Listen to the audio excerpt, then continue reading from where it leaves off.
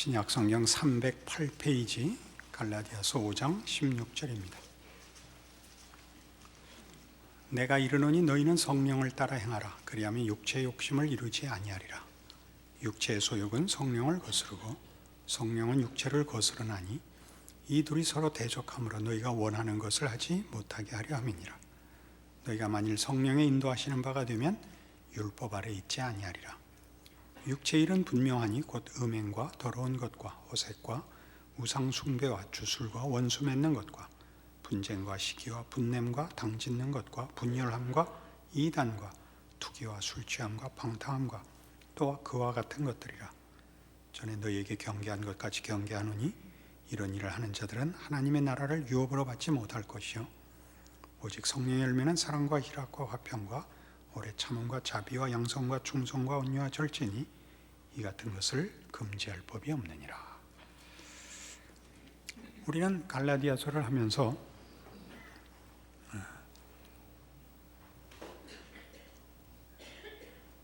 갈라디아 교회에 있었던 그 성도들 사이에 예수를 믿는다는 가장 중요하고 충분한 신앙의 조건 이외의 것을 덧붙이려는 사람들, 갈라디아 교회에서는 그것이 할례였습니다. 그리고 사도 바울은 이 문제를 이제 갈라디아 교인들에게 설명하면서 그리스도 예수로만 구원이요 그 한 분으로만 충분한 것을 설명하기 위하여 할례로 지금 유발된 갈라디아 교회의 문제이지만 율법 전체를 놓고 예수 그리스도와 율법을 대비하며 그 차이를 설명하며 우리에게 있는 어떤 오해와 신앙적인 잘못들을 경계하기도 하고 질책하기도 하고 있습니다. 그래서 이제 우리가 이 오늘 본문까지 오도록 성경은 율법 아래 있는 것과 예수 안에 있는 것을 여러 가지로 대조하는 중에 율법 아래 있는 것을 종이라, 예수 안에 있는 것을 자유인이라 이렇게 설명하는 데까지 왔습니다. 5장 1절에 있는 바와 같이 그리스도께서 우리를 자유롭게 하려고 자유를 주셨으니 그러므로 굳건하게 서서 다시는 종의 멍에를 매지 마라 라는 그 사도 바울의 선포 또 권유도 들었고, 그리고 오늘부터 보는 16절 이하에 보는 육체의 욕심과 성령을 따라 행하는 신앙의 순종으로도 이것을 대비하고 있습니다. 이 부분은 사실 그렇게 썩 설명이 쉽지가 않습니다. 오늘도 이 설명을 위해서 비유를 하나 들긴 할 건데, 그 비유가 성경이 얘기하는 예수 그리스도와 율법으로 대조되는 그 둘의 차이와 둘의 그 상반됨을 이해하는 데 도움을 줄 것입니다마는 그 비유가 예수 그리스도 안에 있는 자유 혹은 복음 혹은 영생이라는 것을 나타내기에는 조금이 아니라 많이 부족한 비유이니까 이 비유를 이해하는 데 쓰시고 그 내용의 무한함을 제한하는 데는 사용하시면 안 됩니다. 이제 우리가 오늘 보는 본문에 따르면 성령을 따라 행하라, 육체를 따르지 마라 라는 두 대조가 나오는데, 성경에서 육체를 따른다라고 할 때는 이 물리적인 인간의 이 부분을 얘기하는 것이 아니고 전혀 육체를 따른다는 것은 자연인이라는 뜻입니다.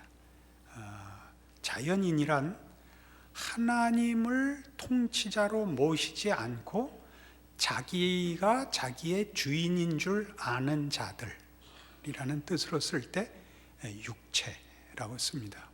우리가 로마서에서도 육신을 따르는 자와 영을 따르는 자라는 대비를 로마서 8장에서 보는데 그때도 정확히 그렇습니다.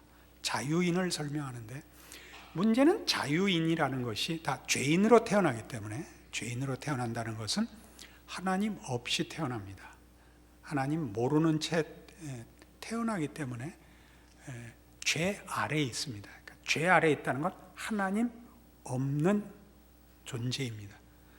하나님이 없으면 사망이 왕노릇을 합니다. 그렇죠? 무슨 도덕적 이유 때문이 아니라 생명의 주인이시고 보존자이시고 완성하시는 하나님의 통치를 벗어나면 우리는 피조물이기 때문에 우리가 생명을 만들거나 유지하거나 완성하지 못합니다. 우리 알다시피 죄의 싹은 사망이요 하는 것은 하나님 앞에서 심판을 받기 때문에만 사망이 아니라 우리 존재와 우리 능력 자체의 한계를 잘 나타내주는 표현인 것입니다. 근데 이 둘은 다를 수밖에 없는 게 육체를 따르는 것은 자기가 자기의 주인이 되는 것이고 성령을 따르는 것은 하나님이 우리의 주인이 되는 것입니다. 그걸 동시에 할 수는 없습니다. 하나님이 주인이기도 하면서 동시에 자기가 주인일 수는 없습니다. 그것이 언제나 성령을 따르는 것과 육체를 따르는 것이 병행될 수 없는 이유입니다.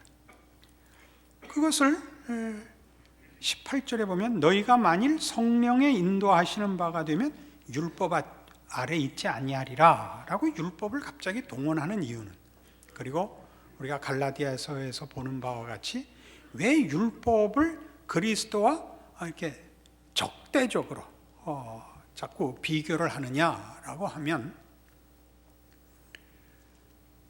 자신의 주인이 된 우리는 자기의 피조물로서의 한계 때문에 영생과 진리라는 것을 만들어낼 수 없습니다. 율법이 요구하는 것은 하나님의 거룩하심과 신적 충만으로의 기준입니다. 인간이 신적 기준과 신적 내용을 만족시킬 수 없습니다. 그래서 육체를 따르는 자들, 육체 아래에 있는 자들, 육신에 속한 자들이라는 표현이 갖는 인간이 자기의 주인이 되었을 때는 하나님이 요구하시고 바라는 기준과 내용을 채울 수 없습니다. 그래서 율법 아래에 있다 그럽니다.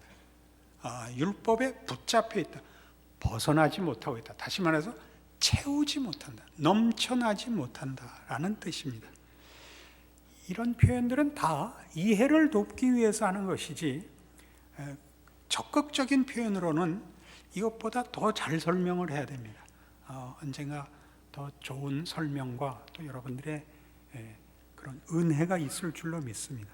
그러나 오늘 이 비유는 그 둘을 비교하는 데 있어서는 상당히 괜찮은 비유라서 제가 이 비유를 동원하고 있습니다.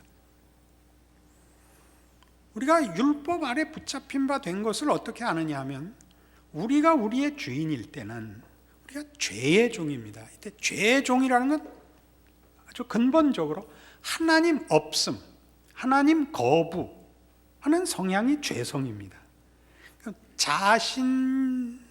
자신이 책임질 때 우리는 하나님의 통치와 은혜 밖에 있기 때문에 우리가 만들어낼 수 있는 것은 궁극적으로 사망으로밖에 결과될 수 없는 한계와 부족, 그러니까 더러움, 수치스러움, 썩어짐이라고 성경이 설명하는 것들에서 벗어날 수가 없습니다. 우리는 그것이 부끄럽다, 썩어진다라는 표현 때문에 훨씬 도덕적으로 생각합니다. 그 도덕성이 이어서 배제될 수 없습니다. 도덕성은 중요한 하나님의 거룩하심의 요소입니다. 그럼에도 불구하고 여기서 말하는 부끄러움이나 썩어짐이라는 것들은 다 피조물의 한계와 하나님의 무한하심과의 대비입니다. 그럼 좀 이해가 되십니까? 이래도 이해를 못하면 대한민국에서는 어디 가서 도움을 받을 데가 없습니다. 그래서 이제 우리 지금 보는 육체를 따르면 어떻게 되느냐? 19절에는 육체의 일은 분명하니 곧 음행과 더러운 것과 호색과 우상숭배와 주술과 원수 맺는 것과 분쟁과 시기와 분냄과 당짓는 것과 분열함과 이단과 투기와 술취함과 방탕함, 여기 나열된 것들은 다 결과가 없는, 가치가 없는 것들을 나열하고 있다는 것을 우리가 알 수 있습니다. 인간이 만들어내는 것은 호기를 부려봤자 또는 괜찮은 생각을 해봤자 그것은 부족한 것이고, 그것은 근본적으로 내용이 충실할 수 없는 것이다, 그런 뜻이죠. 다 그런 것들입니다. 이런 것과 같죠. 여러분, 술을 먹으면 호기가 생긴다 그러죠. 호골 같은 기상이 생긴다의 준말이겠죠. 이건 술을 먹으면 호기가 생기는 건 술에 무슨 큰 도움이 되는 무슨 효과가 있어서가 아니라 약간 판단력을 흐려놔서 그렇습니다. 그래서 평상시라면 그러지 않을 무분별한, 무모한 짓을 하는 것이지, 그것을 호기롭다고 표현하는 것은 술 먹는 사람끼리 짜고 하는 거짓말입니다. 그렇지 않습니까? 하긴 연애 걸던 그 상대방 집에 가서 딸을 주십시오라는 말을 할 용기가 없어서 술 먹고 쳐들어갔다, 그런 얘기는 물론 결과가 좋았으니까 그 중에 유일하게 쓸만한 대목이긴 하지만, 술 먹고 쳐들어가서 딸 주십시오 한 것보다는 쭈삣거리는 한이 있어도 맨정신으로 찾아가는 게 맞지 않나 싶습니다. 술을 안 먹는 사람이 술 먹는 사람을 비판하는 것은 정당치 않다고 저는 생각을 합니다. 모르니까. 그러나 먹는 용기보다는 안 먹는 용기가 훨씬 더 힘들다는 걸 알기 때문에, 저한테는 힘들진 않았습니다만은 알코올 분해 능력이 없어서 몇 번 시도하다 말았지만, 그렇지만 하여튼 살아보니까 그런 생각이 듭니다. 그러니까 인간이 가지는 신념, 헌신, 열정, 이런 것들은 그래서 그 단어로만 소용이 되지 그렇게 하진 못합니다. 그 단어가 가지는 진정한 의미를 만들어낼 수 있는 사람은 없습니다. 그것이 여기서 지금 성경이 나열한 이런 증거들입니다. 이것을 에베소서 4장에 가면 훨씬 더 잘 설명되어 있기 때문에 우리는 이 부분을 에베소서 4장에서 확인해 보겠습니다. 지금 갈라디아서 5장에서 나온 육체의 일에 대한 현상들, 증거들보다 근본적인 문제, 근원적인 차원에서 죄성을 에베소서 4장 17절 이하에 이렇게 설명합니다. 그러므로 내가 이것을 말하며 주 안에서 증거하노니 이제부터 너희는 이방인이 그 마음에 허망한 것으로 행함같이 행하지 말라. 그들의 총명이 어두워지고 그들 가운데 있는 무지함과 그들의 마음이 굳어짐으로 말미암아 하나님의 생명에서 떠나 있도다. 그들이 감각 없는 자 되어 자신을 방탕에 방임하여 모든 더러운 것을 욕심으로 행한다 그럽니다. 이게 아주 중요한 표현들이 나오죠. 허망하다 그래요. 허망하다는 건 뭐죠? 자신이 할 수 없는 꿈을 꾸는 자들에 불과합니다. 우리 세상에서 얼마든지 보는 얘기입니다. 행복을 말하고 정의를 말하지만 자연인은 행복과 정의를 만들어낼 실력이 없습니다. 이걸 어느 때 쓰는가 보십시오. 누구를 공격하고 정죄하고 자기를 변호하기 위해서 쓰지, 실제로 만드는 사람은 자연인에게는 없습니다. 그걸 평생 소원하고 헌신한 사람은 있을 수 있지만 그걸 만들어내는 사람은 없습니다. 그건 피조물이 만들어낼 수 있는 것이 아닙니다. 그래서 여기 이어지는 18절 이하에 이어지는 말을 보면 총명이 어두워지고 무지함과 마음이 굳어짐으로, 이런 건 다 그 한계와 우리의 그런 영생에 속한 것과 진리에 속한 것에 대하여 우리에게 아무런 그 능력이 없음, 우리 안에 그런 요소가 없음을 말하는 겁니다. 마음이 굳어짐으로 말미암아 하나님의 생명에서 떠나 있도다. 그러니까 자기가 무지하다는 걸 모른다는 거죠. 무지하다는 걸 몰라서 감각이 없습니다. 그러니까 옳고 그르고 어느 만큼이라는 눈금이 없죠. 하나님을 떠나 있으면 성경의 표현대로 죽은 자이고, 죽은 자는 아무 감각이 없습니다. 그래서 자신을 방탕에 방임하여 모든 더러운 것을 욕심으로 행합니다. 방탕에 방임한다는 것은 헛된데, 허비하고 있는데 모르고 자신이 이렇게 길을 계속 갈 수가 없습니다. 이렇게 계속 같은 자리를 맴돌고 있다는 뜻이죠. 그리고 그가 가지는 가장 거룩한 소원도 더러운 것입니다. 더러운 것입니다. 이 윤리 도덕적인 얘기를 하는 것이 아닙니다. 신적 차원과 피조물의 차원의 다름을 얘기합니다. 하나님의 거룩하심과 영광이라는 차원과 비교할 때 인간이 만들어내는 것은 그렇습니다. 그 성경의 표현대로 개가 그 토한 것을 다시 먹는다 라는 표현이 적절한 이런 부분일 것입니다. 개야 토한 거 다시 먹을 실력이 있죠. 그죠? 개니까. 그러나 사람은 그럴 수 없습니다. 그런 것이 우리에게 도움을 주는 지금 비유일 것입니다. 로마서 6장으로 가면 그래서 하나님의 통치 아래 있다. 예수 그리스도로 말미암아 성령의 인도하시는 바가 됐다라는 게 무슨 뜻이냐? 자유인이 됐다는 게 무슨 뜻이냐? 그러면 그럴 때 이 한계, 하나님 모르고 하나님 없는 자의 한계로부터 자유케 됐다라는 뜻입니다. 로마서 6장 246페이지입니다. 로마서 6장 17절 말씀부터 봅니다. 하나님께 감사하리로다. 너희가 본래 죄의 종이더니 너희에게 전하여 준 바 교훈의 본을 마음으로 순종하여 죄로부터 해방되어 의에게 종이 되었느니라. 너희 육신이 연약함으로 내가 사람의 예대로 말하노니 전에 너희가 너희 지체를 부정과 불법에 내주어 불법에 이른 것 같이 이제는 너희 지체를 의에게 종으로 내주어 거룩함에 이르라. 너희가 죄의 종이 되었을 때는 의에 대하여 자유로웠느니라. 너희가 그때 무슨 열매를 얻었느냐? 이제는 너희가 그 일을 부끄러워하나니 이는 그 마지막이 사망임이라.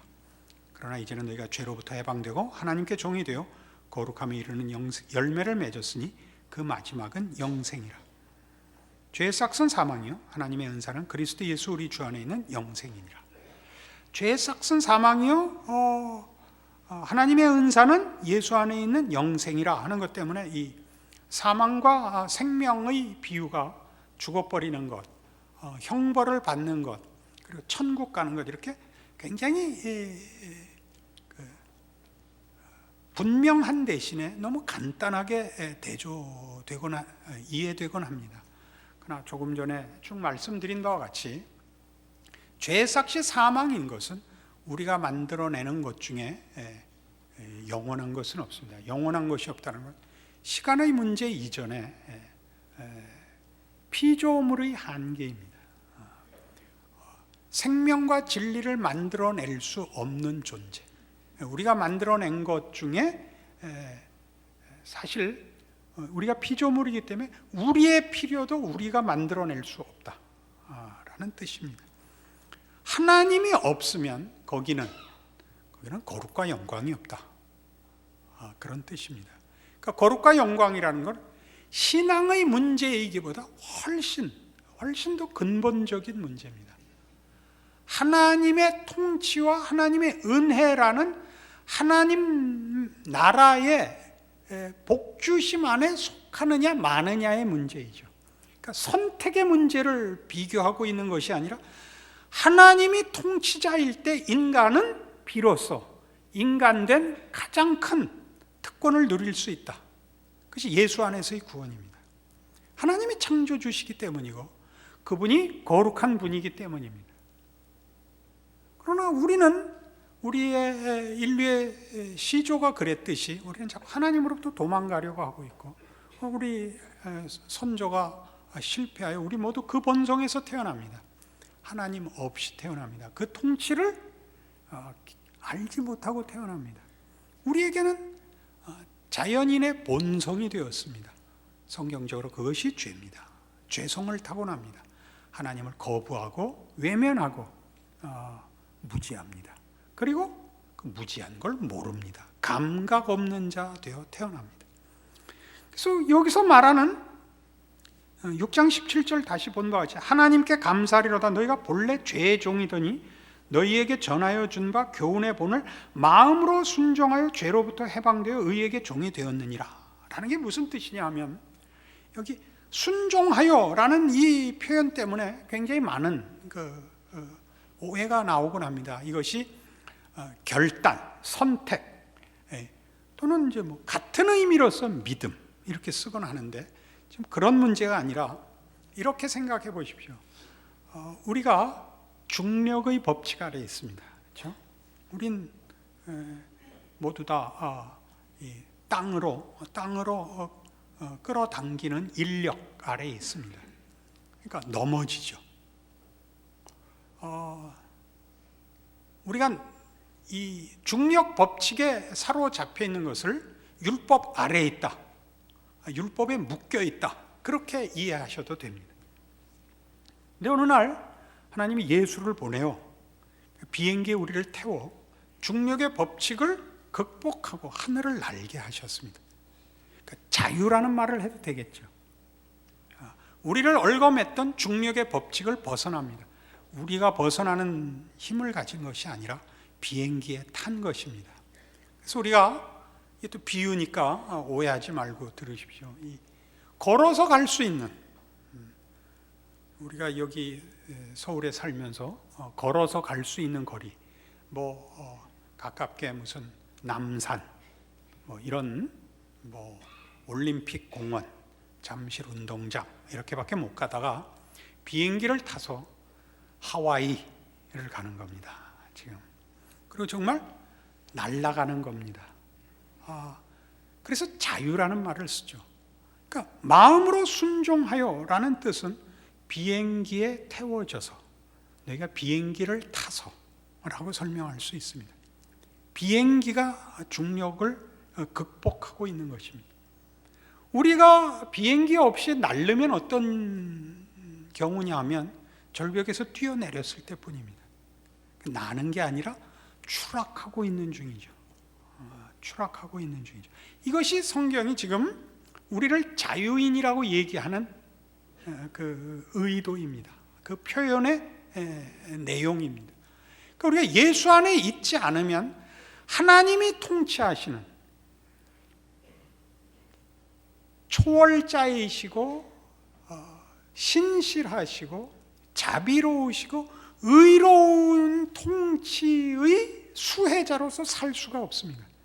비행기를 타야 갈 수 있고 누릴 수 있는 것들을 누릴 수 없는 것 같이 인간이 스스로의 나라, 스스로의 왕국, 자기가 만든 왕국에서는 넘어지는 일과 자빠지는 일과 구르는 일 외에는 그것은 만들 수 있는 것이 없습니다. 그건 만든 것이 아니라 자신의 한계에서 계속 썩어가고 있고 죽어가고 있고 상처를 받고 고통을 당하고 망해가고 있는 것에 불과하다. 이게 성경의 표현입니다. 그러니까 육체의 일은 현저하다, 봐라, 이렇게 제시한 모든 것들이 하나님 없는 곳에서 인간이 아무리 최선을 다해서 만들어낼 수 있는 것은 결국 오늘 비유대로 중력의 법칙을 거스를 수 없느니라. 그렇죠? 산에 열심히 올라가면 높은 데 올라갈 수 있습니다. 그런데 어떻게 내려오죠? 또 그렇게 걸어 내려오셔야 됩니다. 높은 데 올라갔다고 해서 그가 거기까지 날 수 있는 것은 아닙니다. 디디고 갈 수 있는 데를 가서 높은 데 간 것이지, 그가 중력의 법칙을 거슬러서 극복해서 날아 그 높이에 간 것은 아닙니다. 그러니까 세상에 윤리와 도덕이 있고 고귀한 이상이 있지만 그것은 다 디디고 간 어떤 자리에 불과하지, 그들이 죄의 한계, 즉 하나님 없는 자가 하나님 대신의 것을 세워갖고 하나님만이 만들 수 있는 공의와 진리와 생명을 만들어낸 것은 아니다, 그런 말입니다. 그래서 로마서 8장에 가면 이런 설명으로 이 자유라는 것을 우리가 이해하기 좋게 성경이 설명합니다. 로마서 8장 18절, 생각하건대 현재 고난은 장차 우리에게 나타날 영광과 비교할 수 없도다. 피조물이 고대하는 바는 하나님의 아들들이 나타나는 것이니 피조물이 허무한 데 굴복하는 것은 자기 뜻이 아니요 오직 굴복하게 하시는 이로 말미암음이라. 그 바라는 것은 피조물도 썩어짐의 종노릇 한 데서 해방되어 하나님의 자녀들의 영광의 자유에 이루는 것이니라. 그 자유를 뭐라고 설명했는가 보십시오. 썩어짐의 종노릇 한 데서 영광의 자유로 불러낸 것이 구원이랍니다. 우리가 아까 비행기 비유를 했듯이 예수를 믿어 얻은 구원이 뭐냐 그러면 하나님 통치의 수혜자가 되는 것입니다. 우리가 우리의 주인이 되면 썩어짐의 종노릇 할 수밖에 없습니다. 그래서 아까 봤던 로마서 6장 17절에 있던 하나님께 감사하리로다 너희가 본래 죄의 종이더니 너희에게 전하여 준 바 교훈의 본을 마음으로 순종하여 라는 부분은 예수 그리스도로 말미암아 구원을 얻어를 다른 식으로 쓴 겁니다. 어떤 식으로? 우리에게 이 길이 열렸다는 것을 의미합니다. 우리는 선택의 여지가 없습니다. 중력의 법칙을 이겨낼 수 있는 다른 법을 우리가 다른 능력이 없습니다. 하나님이 이 길을 여셨고 이제 예수 안에서 부름을 받은 구원을 얻은 모든 성도들 입장에서 보자면 선택의 여지 없이 중력 법칙 속에 있던 우리가 어느 날 예수로 말미암아 비행기를 타고 날고 있다는 것을 알게 됩니다. 그런데 비행기를 타보시면 다 아시다시피, 그리고 옛날에 고전적인 이런 비유와 같이, 고전적인 비유는 뭐냐면 옛날에 자동차가 막 생겨나던 초기에 어떤 자동차를 타본 적이 없는 시골분이 길에 나와서 어디를 걸어가고 있는데 지나가던 차가 서더니 어느 마을로 가는 게 맞는가? 그래서 그렇다니까 그럼 타시라고. 그래서 이제 처음으로 자동차를 얻어 타고 한참을 가는데 그 운전하는 사람이 보니까 짐을 그냥 지고 있더래요. 그래서 짐을 내려놓으십시오. 그러니까 나만 얻어 탄 것도 미안한데 어떻게 짐까지 내려놓냐. 그게 우리 옛날 클 때 들은 고전적 비유였습니다. 이제 우리는 이제 비행기로 간 겁니다. 여러분 비행기 타고 날르면 엉덩이를 깊이 의자에 파묻고 뒤로 눕겠습니까? 이렇게 어깨를 세우고 일어나겠습니까? 나는데 일조하셔야 되는 거 아니에요? 나는데 일조. 괜히 이렇게 힘주고 등받이에 기댔다가 떨어지는 거 아닐까요? 왜냐하면 우리가 날고 있지 않으니까 예수 믿는 사람들에게 있어서 평생토록 혼란을 주는 게 그겁니다. 내가 날고 있지 않는데 내가 날고 있다는 사실이 그게 우리로서는 도무지 납득이 되질 않아서 늘 그 밖을 내다봐야 됩니다. 자기가 하늘에 떠 있다는 것을. 가장 확실한 건 뛰어내려 보면 가장 확실합니다. 돌아올 수가 없어서 문제지요. 그러니까 지금 이런 일들을 비행기를 탔으면 이제 다가 아니냐라고 생각하겠지만 비행기를 타고 있음에도 불구하고 성경은 여기 있는 바같이 순종하여라는 표현을 쓰고 여기라는 표현을 쓰고 너희를 드리라 라는 표현을 쓰고 육체를 쫓지 말라라는 표현을 쓰고 성령을 따라 행하라라는 표현을 씁니다. 우리가 비행기에 탔지만 그 탄 것 자체를 확인하기 위해서 몸부림을 치다 보면 원래 가려는 목적지와 하나님께서 우리를 위하여 계획하시고 준비한 여행 혹은 허락된 자유를 누리는 일 또는 자신에게 유익하게 인도하심을 내용으로 축적하는 일들은 손해볼 것입니다. 오늘 성경 말씀은 다 그거죠.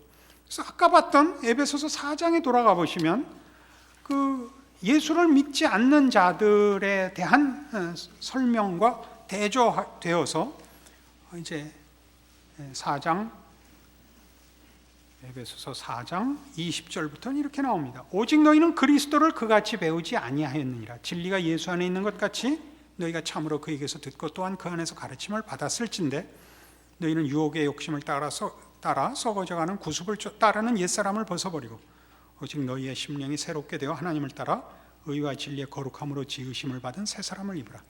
그러니까 이제 이 비유의 본질은 이제 아시겠죠.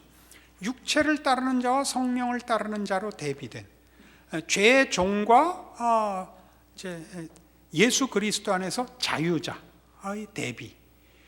자기가 자기의 주인이 되어 가지는 세계, 가지는 가치, 질서, 욕심, 그것과 하나님의 통치에서 가지는 영역, 질서, 내용, 목표, 방법 이런 것은 너무나 다릅니다. 우리가 우리의 주인일 때는 우리가 왕이니까 우리가 법을 만들면 됩니다.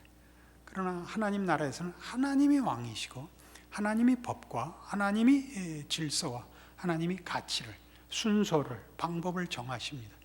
그래서 결국 자유인이 되었으나 뭐에 자유를 써야 되냐면 순종하는 데 써야 된다는 사실이죠. 순종하는 데 써야 된다. 그 순종이 뭐죠? 우린 다른 표현으로 아까 비행기 비유와 같이 누리는 것입니다. 하나님의 통치를 누리는 것입니다. 그것을 성경에서는 순종이라고 얘기를 해서 우리 마음에는 그 단어가 또 다른 선택, 또 다른 책임, 내 의지와 내 선택에 근거한 또 다른 선택이 되어 또 다른 율법이 됩니다.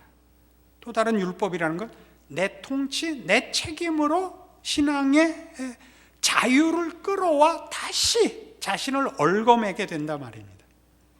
그럼 그게 아니면 뭐냐? 성령을 쫓는다는 게 뭐냐? 순종한다는 게 뭐냐? 하나님의 통치에 자신을 맞춰 비행기를 타고 가는 사람같이, 미끄럼틀을 타는 사람같이 편안하게 타셔야 됩니다. 이 편안하게라는 말이 그러나 어렵습니다. 우리의 본성이 아니기 때문입니다. 그래서 신앙에 경험이 필요하고 자기가 알고 믿고 있다고 생각하는 것을 현실의 상황 속에서 적용해보고 훈련해 보셔야 합니다. 그렇게 해야 우리는 하나님의 법칙에 대하여 익숙해지며 그리고 그 가치를 알게 됩니다. 그래서 맨 처음 해야 되는 게 뭐라고요? 순종입니다. 하나님의 법칙과 통치 방법에 순종하셔야 됩니다. 내 마음에 납득이 다 안 되고 우리한테 낯선 거죠. 따르셔야 됩니다. 순종하셔야 됩니다. 그래서 우리 오늘 보는 본문에 있는 갈라디아서 5장 22절의 제 끝부분에 육체의 일과 성령의 열매를 비교한 후에 22절에 나오는 오직 성령의 열매는 사랑과 희락과 화평과 오래 참음과 자비와 양성과 충성과 온유와 절제니, 아주 중요한 말이 나오죠. 이 같은 것을 금지할 법이 없느니라. 다시 한번 비행기 예를 들죠. 알래스카를 가시겠습니까? 하와이를 가시겠습니까? 어디 뉴기니아를 가시겠습니까? 피지 섬을 가시겠습니까? 어디를 가시겠습니까? 어디든지 이 비행기가 가는 것을 막을 하늘이 없습니다. 이렇게 비유를 하면 이해하는 데 도움이 되는 대신에, 그래서 천국 가면 하와이 같이 생겼구나, 이거는 아니니까 이 비유의 목적을 잘 이해하시고 순종하여서 성경이 요구하는 겸손해라, 온유해라, 기도해라, 이런 말씀들이 가지는 그 가치를 이해하는데 오늘의 말씀이 여러분들에게 유용하기를 바랍니다. 기도하십시다. 하나님 아버지, 은혜를 감사합니다. 하나님의